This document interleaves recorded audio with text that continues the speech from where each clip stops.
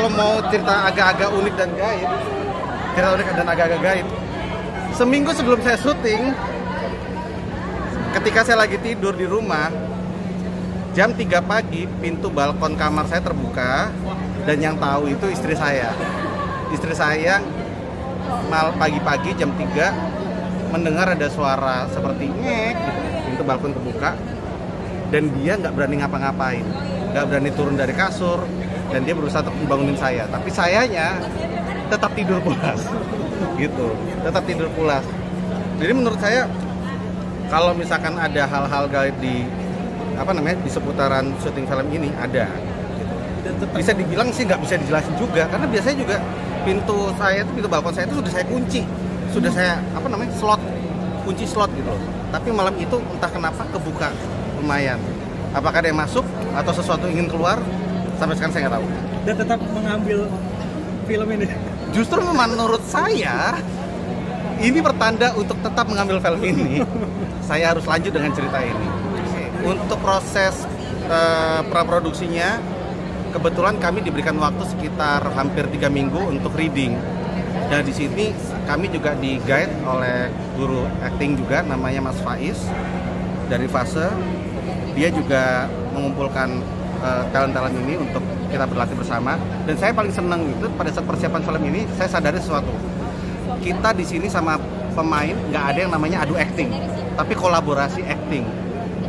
Untungnya saya dipertemukan dengan teman-teman ini, sehingga kita tahu bahwa satu-satunya hal yang harus dimenangkan di sini adalah bersama-sama kita menangkan ceritanya. Kita harus bawain ceritanya dengan baik dan benar. Nah, pas syutingnya ya jelas ada beberapa cerita-cerita yang bisa dibilang sulit untuk dijelaskan dengan istilahnya dengan hal logis, seperti tiba-tiba ada para teman-teman figuran yang kesurupan massal gitu, dan kami para pemain baru tahu besoknya. Terus juga ada ibu sutradara yang ternyata baru hari ini kami tahu dia dibisikin di kupingnya pada saat beliau lagi sholat. Ada juga teman-teman tim art yang mana ditemenin aja pada saat kerja sendirian gitu. Jadi ada beberapa macam-macam. Tapi mudah-mudahan ketika saya cerita gini, teman-teman bisa spot mungkin ya. Mungkin bagi teman-teman yang sensitif, coba nonton filmnya, kasih tahu ke saya. Mungkin nggak sih mereka tertangkap oleh kamera? Nah gini, ini yang mungkin baru saya temuin ya, dan ini mungkin metode saya aja ya. Tapi ketika saya main di film Perjanjian Gaib ini oleh Bu Hadrah dan tim, saya disuguhkan dengan sebuah setting yang luar biasa, mencekam, tapi di saat yang sama juga indah untuk dilihat. Dan perasaan seperti ini mirip ketika saya sedang main game sebenarnya. Pernah nggak teman-teman mungkin main game horor di mana kita menjadi karakter utamanya dan kita kontrol, dan begitu kita menjelajah ke suatu tempat, kita dibikin kaget, heran, jump scare dan lain-lain. Nah, perasaan itu mirip seperti itu. Mirip seperti ketika kita lagi main game. Nah, perasaan seperti itu saya bawa ke film ini. Kebetulan biasanya kalau saya main game itu bukan seperti kebanyakan orang-orang. Kalau saya main game, ketika ada sesuatu yang menyeramkan terjadi, saya keluarin aja. Mungkin bisa dibilang saya cukup ekspresif gitu loh. Saya selalu nggak menahan perasaan saya. Nah,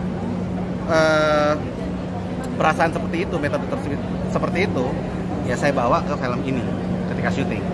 Bisa dibilang ini film pertama sebagai peran utama di film horor. Sebelumnya sih supporting aja. Itu juga tuh tantangan banget. Soalnya gini, di sini saya membawakan komedinya itu tidak terlalu harus lepas seperti film-film sebelumnya. Jadi prinsip acting yang saya bawa kali ini adalah bikin orang tertawa ketika saya sebagai karakter utama tertimpa musibah. Kenapa begitu? Well, kebanyakan dari orang-orang kan begitu. Ketika ada seseorang tertimpa sebuah tragedi, mungkin di hari-hari pertama dia akan bersimpati terhadap orang tersebut. Tapi berikan cukup waktu. Beberapa saat kemudian, kadang-kadang juga ada yang ketawa kan. Seringkali kita itu tertawa di atas tragedi orang. Nah, itu perasaan itulah yang saya bawa ke dalam karakter Andri ini. penonton mudah-mudahan bisa tertawa ketika saya dan peran yang dibawakan oleh Della ditimpa kemalangan berkali-kali.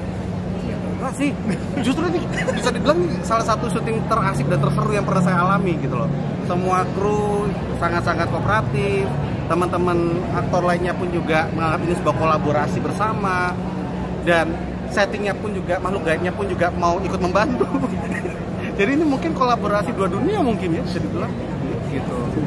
Pastinya sih untuk cerita-cerita seperti ini saya nggak kapok, apalagi horor yang dihadirkan itu kisahnya itu juga berangkat dari kegelisahan yang kita kenal bersama, yaitu himpitan ekonomi dan segala kesulitan-kesulitan seperti itu, dan bagaimana kita menanggapinya. Oke, pas syuting, ada adegan dibisikin nama setan. Sebenarnya sebelum scene tersebut saya mesti nahan ketawa banget. Di scene tersebut syutingnya jam 3 pagi, udah agak-agak ngantuk. Terus kita syuting adegan saya dibisikin nama setan. Nah, masalahnya adalah yang ngantuk kan nggak cuma saya, tapi juga aktor yang jadi setan. Tahu dong kalau ada sesama aktor bela-belain begadang, ya, matanya dimelotot-melototin, make upnya setan, mukanya seperti apa. Nah, itu yang bikin saya ketawa gitu loh. Jadi sebenarnya di adegan tersebut saya nahan ketawa sebenarnya. Soalnya mukanya si aktornya lucu gitu loh. Begitu Bu Adri bilang cut, baru saya ketawa. Sorry, muka lo lucu banget gitu. Jadi memang itu termasuk salah satu ujian saya sebagai aktor gitu, untuk menahan ketawa apapun yang terjadi di depan mata saya. Iya, harusnya merinding, tapi saya malah ketawa. Udah lah, pokoknya kalau ada adegan-adegan pas ada lawan mainnya seperti itu tuh pasti saya nahan ketawa mati-matian. Mau kayak cepet, tolong pertimbangkan lagi dengan cara melakukan perjanjian gaib gitu. Tolong dipertimbangkan lagi, karena resiko yang terjadi setelahnya tidak akan enak.